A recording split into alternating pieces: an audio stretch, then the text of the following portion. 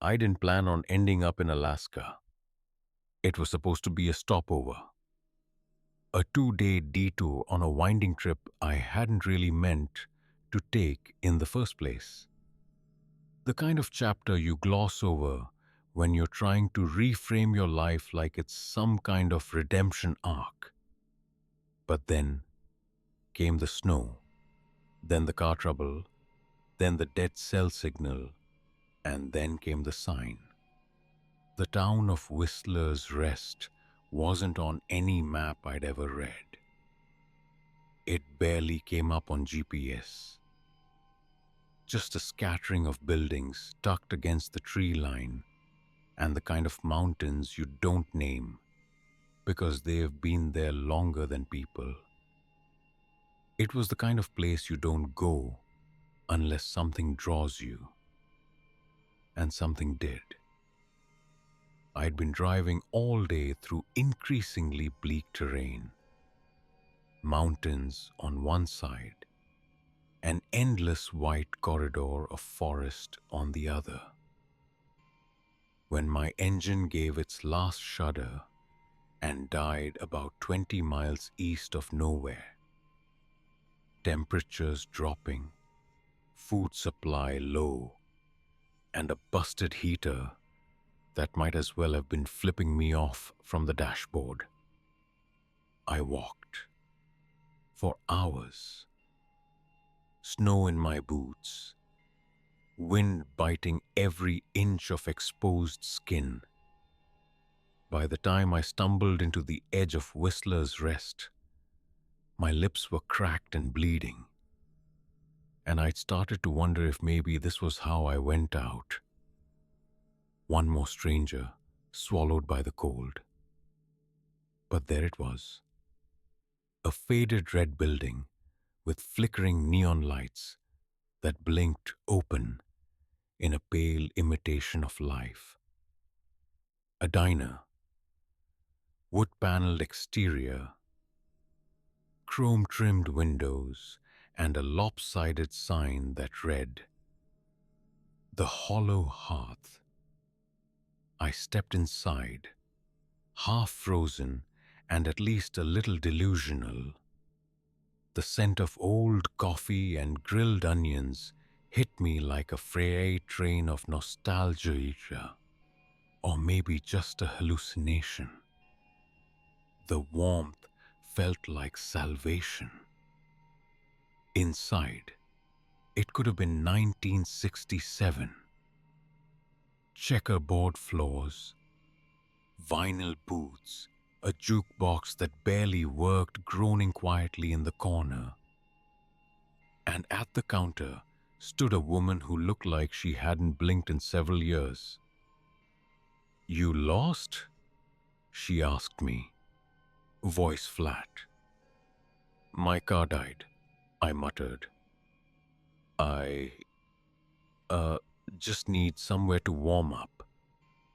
She stared at me from behind the counter for a long pause, eyes scanning me head to toe with that uncanny focus you feel in your bones. Then she reached under the counter and slid out a laminated index card. "Name," she said. "Tyler." "You looking for work, Tyler?" No hello. No how about some coffee. Just straight to the point, like the small towns have time for only necessity. I guess, yeah? Yes, anything helps. She nodded once and slid the card across the counter. It read, "Hollow, Hearth, Night Shift, Rules for Survivability. The man in the reflection is not you. Do not wave back. Diner opens at 6 p.m. Close the front door exactly at 3:03 a.m. Not before, not after. If booth number 6 is occupied when you open, skip that night. Lock the freezer and leave immediately. You may hear knocking beneath the floorboards." Do not investigate unless the knocking stops. At 2:17 a.m., the jukebox will play without being touched. Sit on the floor and cover your ears. Do not cry. Serve black coffee between 1:11 and 1:29 a.m., regardless of whether anyone orders it. I looked up, expecting a joke, maybe a smirk. There was none. She was staring at me as if I hadn't read it fast enough. I don't.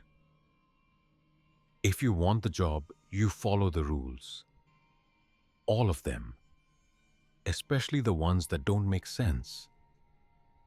I considered walking back out. I really did. But my toes had stopped feeling like toes. And the mention of a job meant heat, a meal, and maybe even a place to crash for the night. It wasn't like I had better options. Not unless I planned on freezing out in the woods beside a derelict Civic. So I nodded. And just like that, I was hired. The woman's name, I later learned, was Margot. She never said it. I read it off a faded name tag that she kept tucked under a sweater thicker than my will to live. She didn't ask about my last name, didn't care about references, just handed me a black apron, pointed to the back, and told me to learn quick. By the time 6 p.m. rolled around, the hollow hearth took on a different tone. The sky outside dimmed unnaturally fast. Not just your typical sunset. Something darker, heavier, pressing in like the world wanted nothing more than to swallow this place whole the moment the open sign flicked on. I cleaned the counters, filled the ketchup bottles, checked every lock twice like I suddenly had OCD. It wasn't part of the job. It was anxiety manifesting as busy work. Then, exactly at 1:11 a.m., the bell above the door rang. No one walked in. But the temperature dropped. The lights flickered. And instinctively, like muscle memory I didn't own, I poured a cup of black coffee and set it down at the far end of the counter. The jukebox, silent all night, offered a low static buzz. At 1:17, it clicked. Not a song, not really. It began with humming, slow, childish, and wrong. The kind of off-key nursery tone that makes your legs itch and your heartbeat quicken without reason. I looked around. No one else. Just me and the rules. I didn't run. I didn't question. I slid down behind the counter and pressed my palms over my ears. But I heard it anyway. Softer than sound.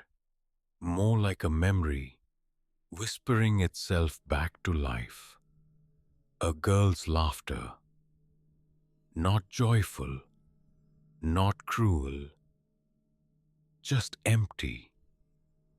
I saw her reflection behind the chrome napkin holder, standing in the booth, barefoot, white dress splattered with something dark.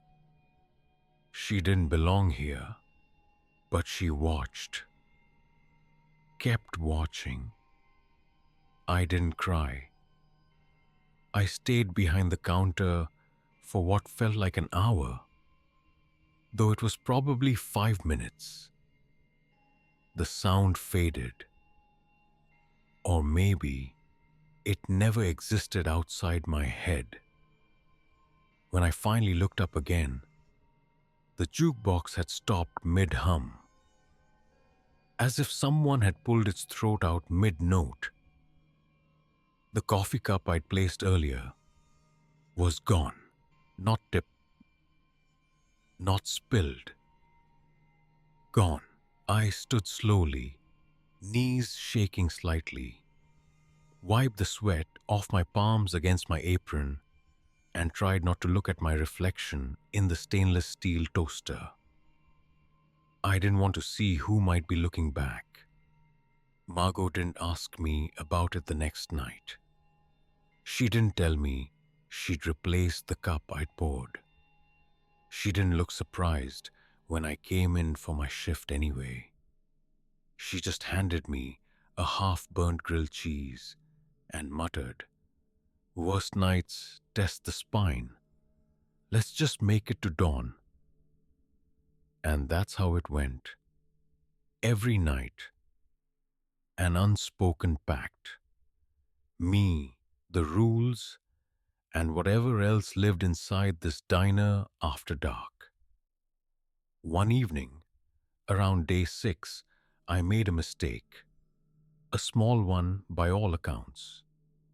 But in this place, small doesn't mean insignificant. I forgot to shut the freezer's inner latch after taking out a case of pre-cut fries. Didn't even realize it until I heard the knocking from below. At first, I thought it was pipes. Normal stuff. Building quirks. Then the sound changed. It became desperate, rhythmic, like knuckles on wood. Then fists. It moved across the floor in patterns, room to room, as if something below was mapping the diner out by the sound of its own grief. The closer it got to the kitchen, the more the temperature plummeted. Not a metaphor. I could see my breath swirling in front of me, like smoke from a dying candle, and feel the heat get swallowed straight from my skin. Rule number 4 flashed in my head like emergency lights. Do not investigate unless the knocking stops. I clutched the walk-in freezer handle like it was a crucifix. Prayed, not to something divine, but to muscle memory, and turned the latch, locking the interior seal. The knocking paused, just for a second. Then came the loudest slam I'd ever heard, like something enormous had flung itself against the underside of the floor, testing the barrier between worlds or memories, and trying to remind me it hadn't finished living up here yet. Margot burst into the kitchen with her shotgun. I hadn't even known we had one, and stood silently beside me. We didn't exchange a word. She just passed me a thermos of coffee, nodded to the black and white wall clock, which had frozen at 2:17 a.m., and whispered, "We were lucky. The jukebox didn't play that night." In some abstract way, I think it was listening instead. 3 nights later, booth number 6 was occupied when I opened for my shift. This time, it wasn't subtle. There was a man sitting at the table. A man who was not breathing. Eyes open but glassed over. His clothes were covered in dust. Eyes clung delicate as spiderwebs to the sleeves of his coat. And in place of a shadow beneath him was movement. At least, I think it was movement. My brain refused to record it properly, like something was glitching in the air. You know when your TV buffers? It looked like that. Around him. I backed out of the building slowly without putting up the chairs, without turning on the lights. Margot was waiting outside, beside her truck. Snow on her shoulders, like she hadn't moved in hours. She saw my look of panic, saw my pointing hand, and simply said, "Booth 6 had a reservation tonight." We didn't go back inside. We slept in the truck with the heat running and a thermos of soup between us. When I asked who or what the man in booth 6 was, all Margot said was, "He's why the rules work. He ensures the debt stays paid." That was the first time I realized the rules weren't just guidelines. They were a contract, not with the building, not even with the diner, but with whatever system was propping this place up. Some balance between safety and sacrifice.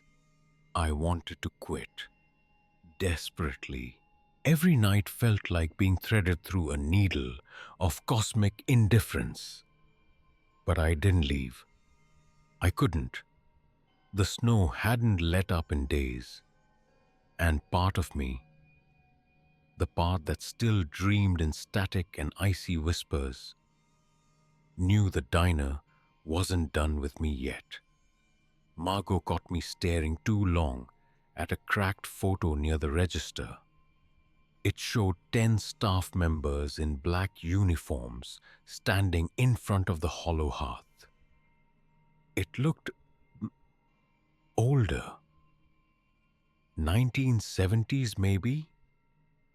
"None of them made it," she said casually, drying coffee mugs like it was just any other conversation. What happened? Someone didn't listen. To what? To him. She didn't point. She never had to. We both knew which him she meant.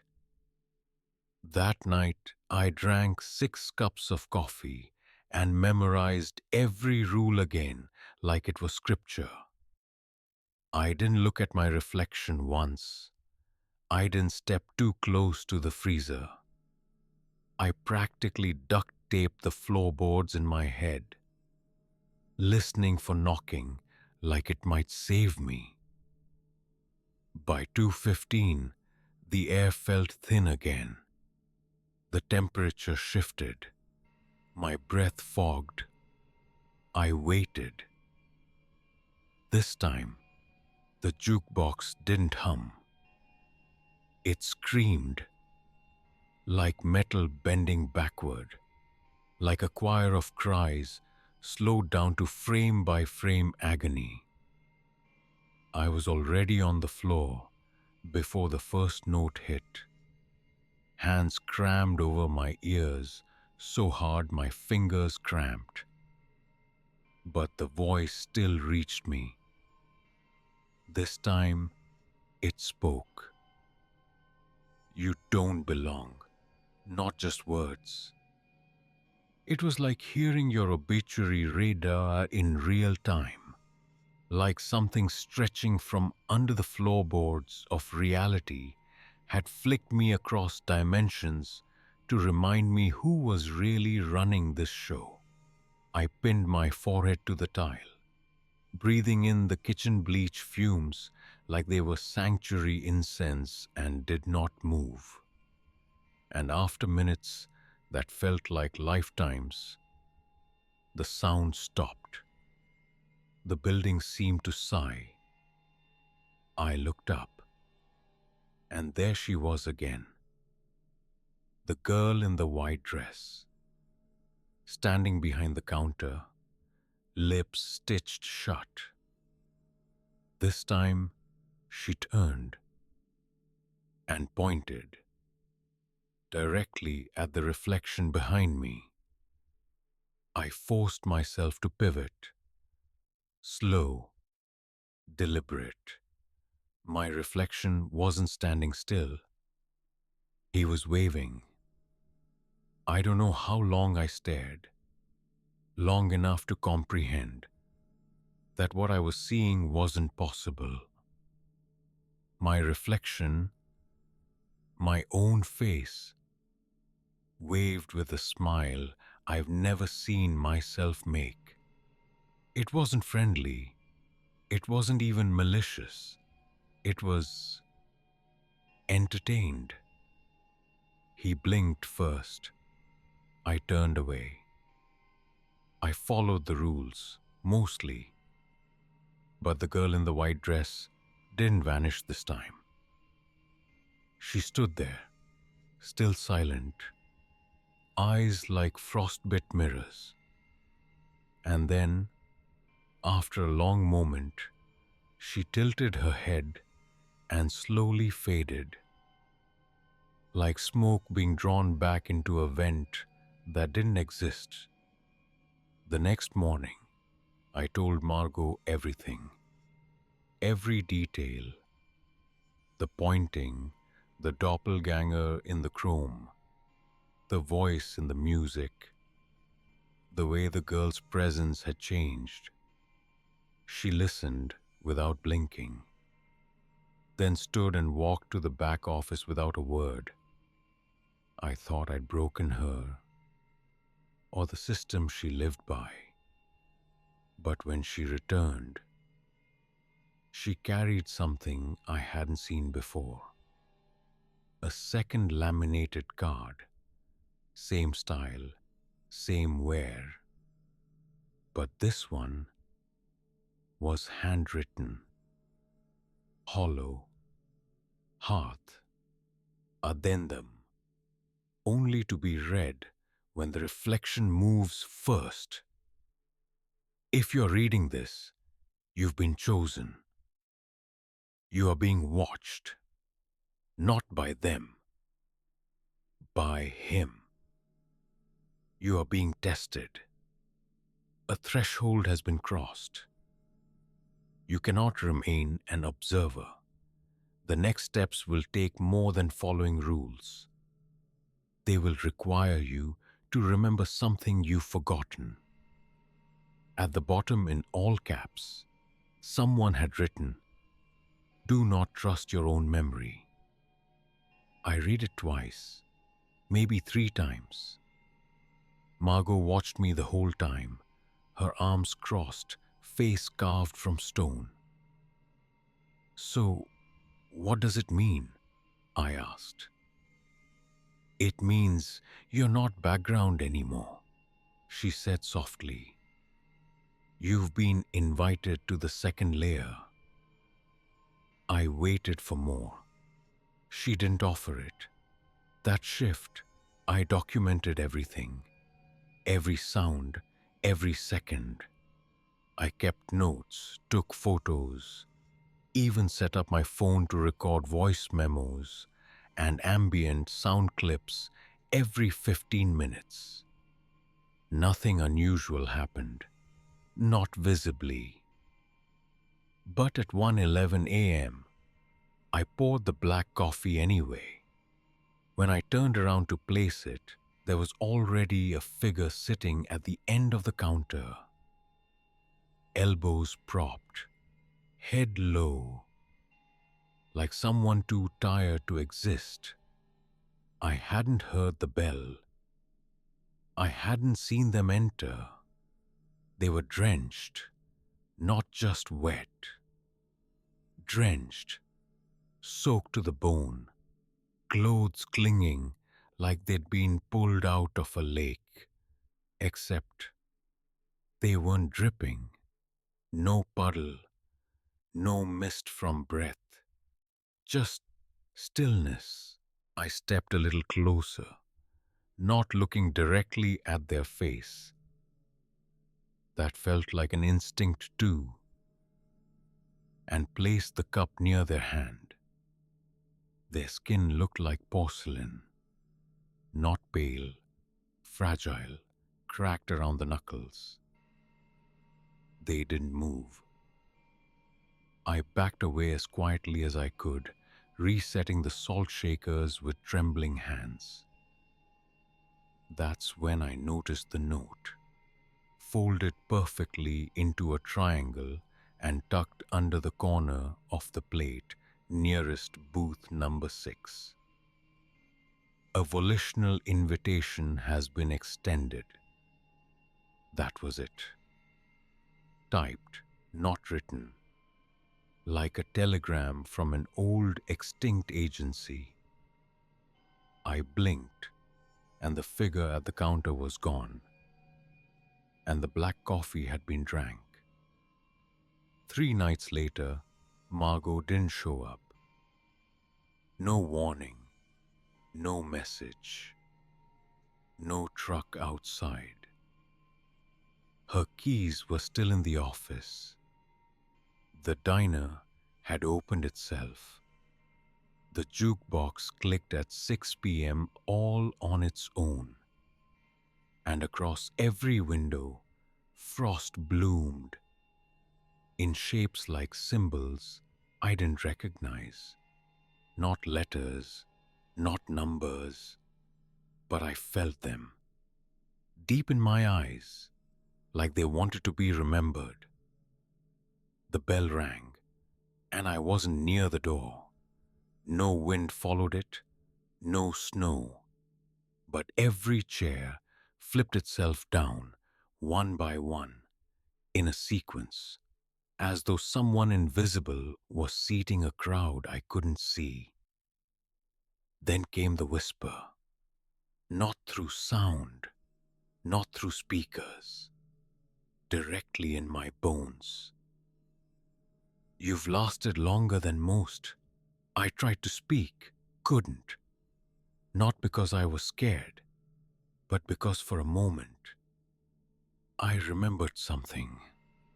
A hallway made of mirrors. Myself, younger, sobbing in a diner I didn't recognize, calling out to someone, to Margot. But her name wasn't Margot then, and my name wasn't Tyler. Something shattered inside me. Literally, the mirrors on the wall near table 7, they imploded at the same moment. Not exploded, imploded. Glass swallowing into itself like light being snuffed. A voice behind me said, "You broke your contract too early." I turned, and there he was. Me, but older. Different. Eyes hollowed out, cheeks cut and stitched badly. Like surgical experiments unfinished. He wore the same apron, but it was burned at the bottom, crusted black, and his left arm had no hand. Just a stump, bandaged in wax paper. "You always had potential," he rasped. "But the hearth asked too much, didn't it?" He smiled. The kind of smile I'd only seen in nightmares. "You didn't ask how the rules were created. That's why you were chosen." I wanted to scream, to curse, to run. Instead, I asked, "What the hell are you?" His laugh shook the lights. "I'm what happens when they win," he said, motioning to the frozen windows, to the cracked ceiling, to the reflection growing darker in the steel sink nearby. "I'm the version of you who looked back." He didn't attack. He vanished. And for a moment, I swore the entire diner sighed, as if relieved. A weight lifted from every beam, from the tile beneath my feet, from the walls that hadn't been repainted since Carter was president. Every draft stilled. The jukebox clicked, but no music played. Just silence. I walked toward the office, where a door had appeared that had not existed the day before. There was a word on it. Not in English, not in any language, but I understood it. It meant reckoning. I opened it. Behind it was not a room. It was the graveyard of every version of me that didn't make it. The hallway was narrow, suffocating.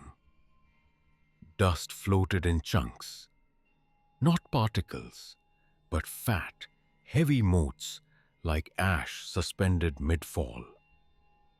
The kind of cold here had nothing to do with temperature. It was a memory made physical.